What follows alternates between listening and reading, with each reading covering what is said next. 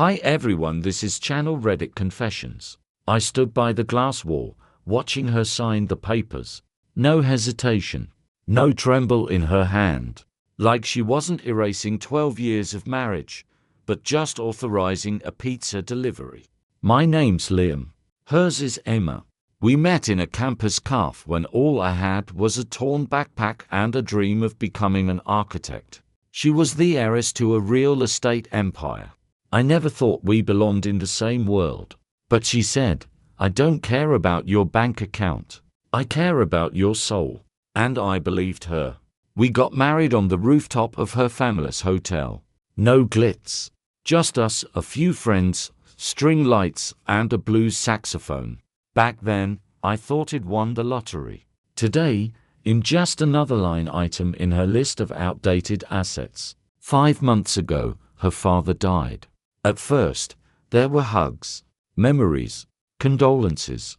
Then came the lawyers. "You understand this has nothing to do with us," she told me.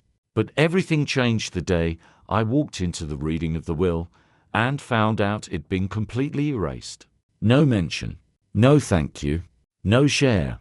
12 years of standing by her side, through business launches, investor dinners, nights building IKEA furniture in our pajamas, and I was suddenly a stranger to the legacy I helped protect.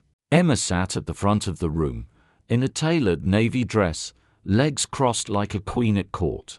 When they announced that the entire inheritance, over $180 million, would pass into her control alone, she didn't flinch. She already knew, but I didn't. I sat in that leather chair trying not to show anything. Not the confusion. Not the betrayal. Not the rising nausea that came with the realization that she had planned this. After the meeting, she pulled me aside. Not to apologize, no, Emma doesn't do apologies. She just said, "You'll be fine, Liam.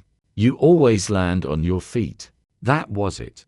That was my thank you for over a decade of loyalty. And then she was gone. The days that followed felt like drowning in shallow water. I wasn't broke, but I was broken. The business I co-founded with her was now fully under her name. The house, bought in her trust. Even our dog's vet bills went to her account. She'd made sure I had nothing to fall back on. But here is the thing, Emma underestimated one person. Her own father. Because 2 weeks after the funeral, I got a call from a man named Alan Briggs. A quiet, older estate planner who said he'd been instructed to contact me only if a certain clause had been activated. I didn't even know what that meant until I showed up at his office and he handed me a sealed envelope. Inside, a signed letter from Emma's father, handwritten, dated 3 weeks before his death. It read, "If you're reading this, Liam, it means my daughter did exactly what I feared she would. You stood by her and by me when others only saw the money. That's why I created a secondary will. A quiet one. A just in case. My lawyer knows what to do. The shares in Darrow Holdings are yours now, not hers. She gets the cash. You get the company." I read it 3 times. The company. The core of the empire. The one thing Emma truly cared about, more than the condos, more than the accounts. And now, I owned it. Not 10%. Not a seat on the board. I owned controlling interest. She hadn't even noticed. She thought the money was everything. But her father knew the company was the crown. And he gave it to me. I didn't call her. Not right away. Instead, I met with Alan and the legal team. We processed the ownership quietly. Shifted the shares. Prepared a press release. Emma found out the next morning via email. She showed up at my apartment 40 minutes later, wearing the same silk coat she wore the day she told me I was resilient. She didn't knock. Just walked in, like it was still her space. "You think this is funny?" she said. "You think this makes us even?" "No," I said. "I think it makes us honest." She stared at me like I was a glitch in her perfect algorithm. "He did this to spite me," she said. "You know that, right?" "Maybe," I said. Or maybe he saw something in me you stopped seeing. And then, without asking, she reached for my hand. Her voice softened. "We can fix this." I almost laughed. Not because it was funny, but because it was so textbook Emma. Manipulate, rebrand, rewrite. I pulled my hand away.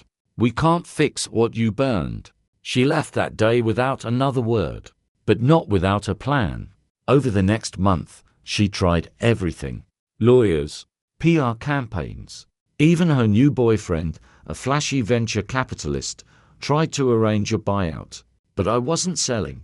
Not because I wanted revenge, but because for the first time, I wanted something for myself. You see, Emma was always the storm, loud, dramatic, unstoppable. I was the quiet one, the steady one, the one she thought could be controlled. But storms don't last. And roots, real ones, grow deeper when no one's watching.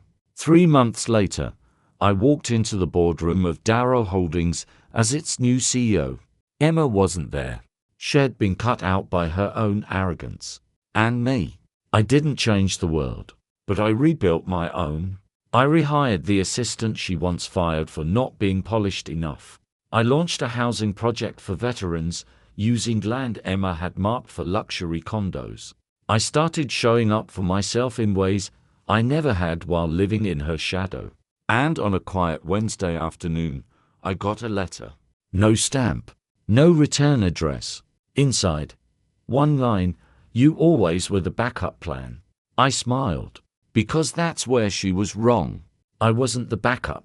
I was the foundation. And she never realized the whole time she was looking down on me. I was the one holding her up. Now, I'm done holding. I've got both hands free, and I'm using them to build something better. Not out of revenge, but out of freedom.